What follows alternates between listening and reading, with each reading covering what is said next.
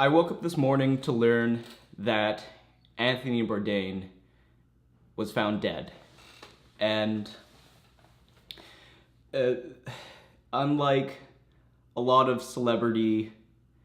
news of celebrity tragedies, this one hit me particularly hard. And we're gonna use the word tragedy a lot. And, a lot of people are going to be saying, that it was a shame and, I can't believe that it happened to him. Anthony Bourdain's death hit me harder than usual because of two things. One of which is because he was one of my guiding inspirations. I remember picking up his book, Kitchen Confidential, when I was very young, just out of university, and it completely changed the way that I think about being in the kitchen and walking into a restaurant. And then I remember my first memory of him on TV was an early trip of his to New Orleans, and he's sitting in his hotel room, and he orders a muffaletta sandwich, a Mickey of whiskey, and a pack of cigarettes. And I thought to myself, damn, that's cool. And then later into his career, following him on his journeys through parts unknown, he morphed from a TV personality into a journalist who conceptualized the world through the lens of food, who used food to break down barriers, whether it was cultural barriers, whether it was language barriers, whether it was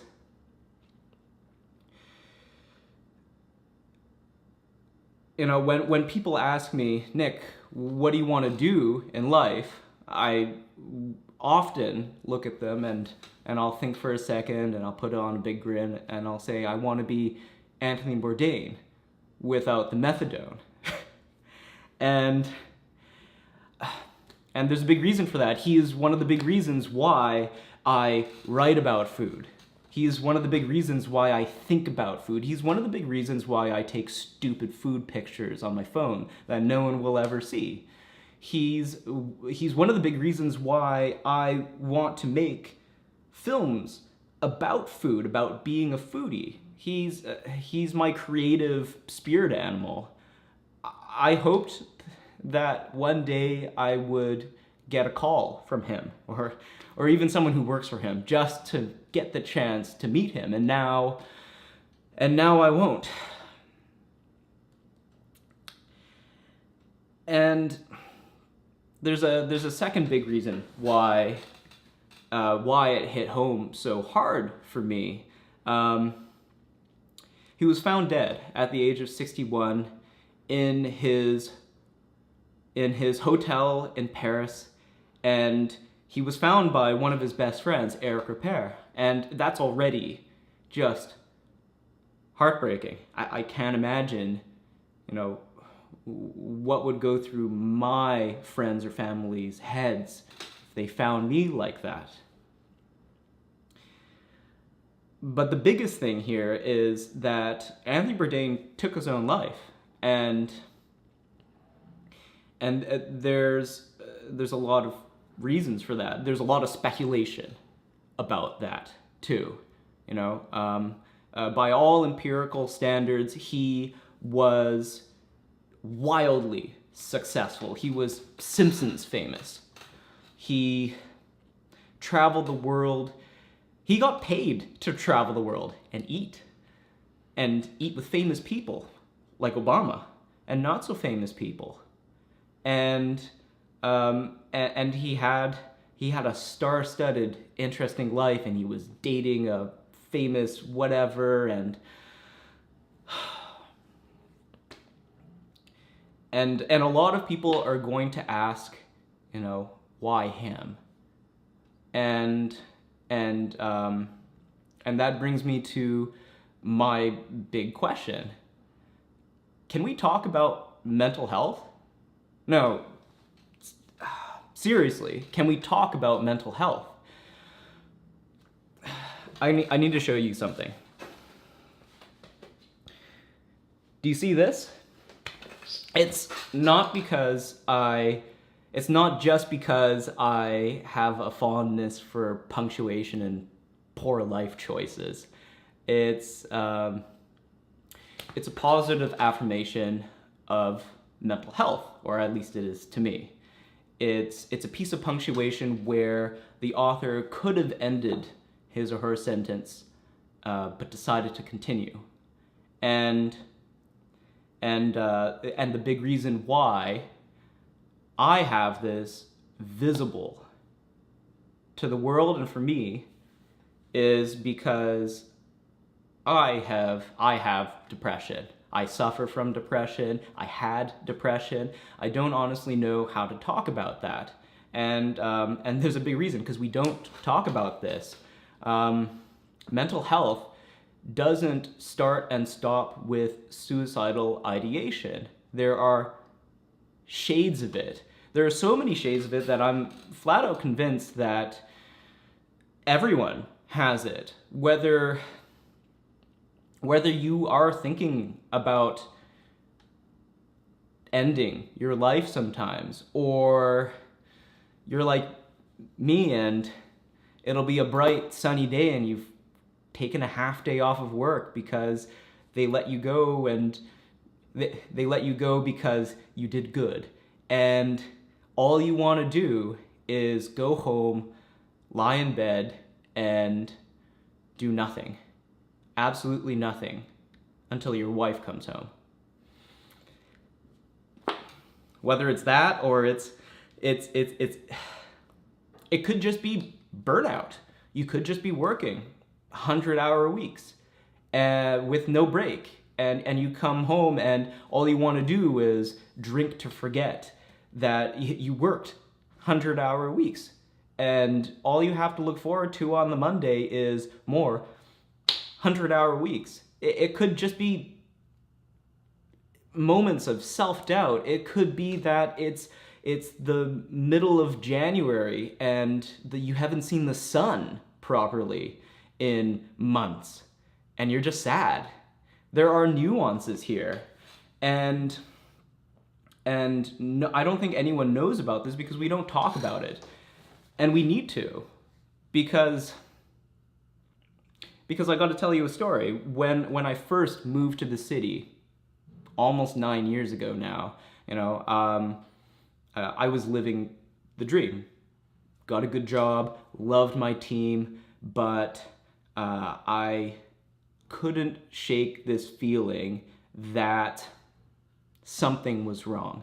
And in my case, I was working a lot, and I was never seeing people other than my best friend, who was my roommate. I kind of had to see him. And it got so bad to the point where, even though I loved my team, I would sometimes have these little daydreams. Imagining what would happen. What would happen if I just threw up on the table right now? What would happen? That's not suicidal ideation, but it's a mental health problem. And honestly, the only way that I was able to escape that, and honestly, I didn't. I was only able to relieve the pressure was by unceremoniously quitting my job for another job. That was one of the big reasons why I left so abruptly. And to my team, if they see this, sorry, that was probably one of the bigger drivers of why I left. And it didn't stop there, and by all measures of success, by all Asian measures of success, I was successful. I had a big title. I was working for a big firm. I was making money. I had all of the friends. I had a beautiful girlfriend, but you know, I was still dealing with these issues. And I think I still am. I'd like to say that I'm better now, but you just never know when it's going to come back. And the reason why I want to talk to a camera now is because I've had more than one friend or acquaintance come up and talk to me in confidence and say, Nick, I'm sorry I wasn't around for a while. It's because I was dealing with something, I was feeling down. And I've always felt this need to kind of like nod and be like, I got you. I understand more than you think. But this isn't Fight Club. And we don't have the scars on our face that these visible marks that we are in this constant battle with ourselves. It's just us. And by all markings, myself and all of my friends, we are outrageously happy people. Being happy has nothing to do with mental health and suicide. And the solution to this is not to just be happy. The solution is to talk to people. I could have gotten help 8 years ago, but there was this stigma around admitting to people that I was having issues, that I was burning out or I was thinking about these things, and I was worried about what would happen if I went to a doctor and I talked about it. I was worried about what would happen if I went to a doctor and I had to pay for it, because I was living paycheck to paycheck back when I first started. It was a big concern, and it's not like I broke something. It was just in my head. Just gotta deal with it, but you can't. And so I'm making this video because I'm absolutely torn apart by the loss of Anthony Bourdain, and my heart goes out to, you know, the family, his friends, his fans.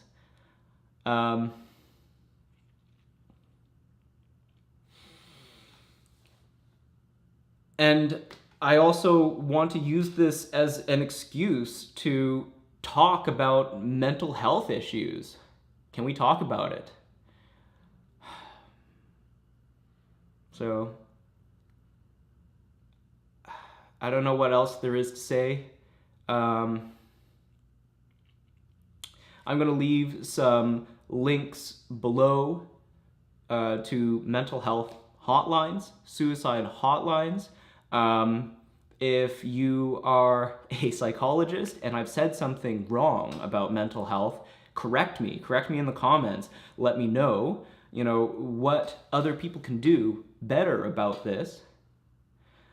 And I have one last request for all of the people who made it this far in the video. Can you please share it? I don't give a fuck about the YouTube things. Can you share it with as many people as possible, because everyone needs to know that this can happen to anyone. And it's time to talk about it.